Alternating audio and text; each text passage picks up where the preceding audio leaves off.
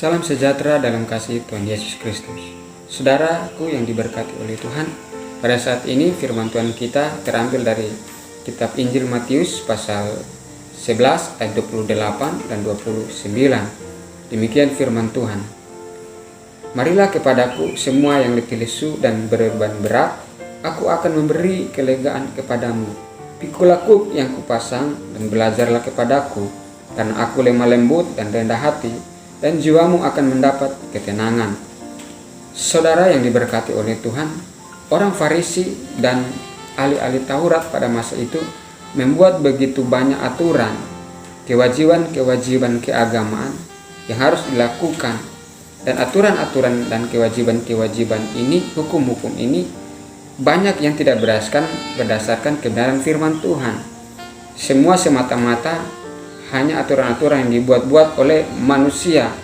Dan ini karena begitu banyak aturan itu, hukum-hukum itu bukan lagi membuat kemudahan pada masa itu, tetapi justru seperti suatu beban yang berat yang harus dipikul oleh mereka pada masa itu, sehingga tidak ada satupun yang mampu untuk melakukannya. Ini semacam suatu beban berat.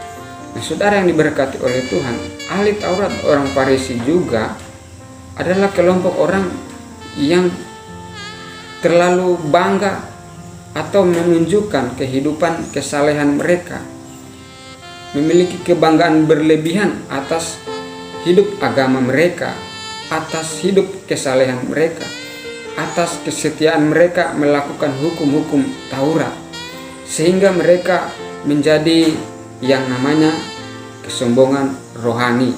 Nah, kebanggaan yang berlebihan atas hidup beragama orang-orang Farisi ini, itu juga semacam kuk yang harus dikeluarkan. Ini tidak baik, akan menimbulkan yang namanya kesombongan rohani. Nah, Yesus memberi teladan yang berbeda daripada teladan-teladan orang Farisi dan ahli Taurat dalam kehidupan mereka. Di ayat 29 Yesus berkata begini, "Pikulah kuk yang kupasang dan belajarlah padaku, karena aku lemah lembut dan rendah hati."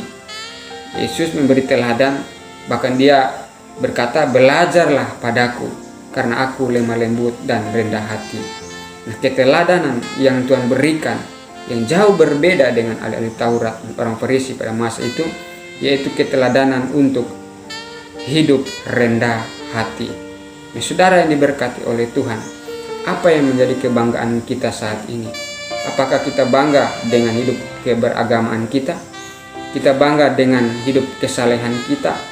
Kita bangga dengan pelayanan kita? Nah, saudara yang diberkati oleh Tuhan, biarlah kita tetap memiliki sikap kerendahan hati. Kita lakukan setiap bagian-bagian pelayanan-pelayanan yang Tuhan sudah percayakan dalam kehidupan kita.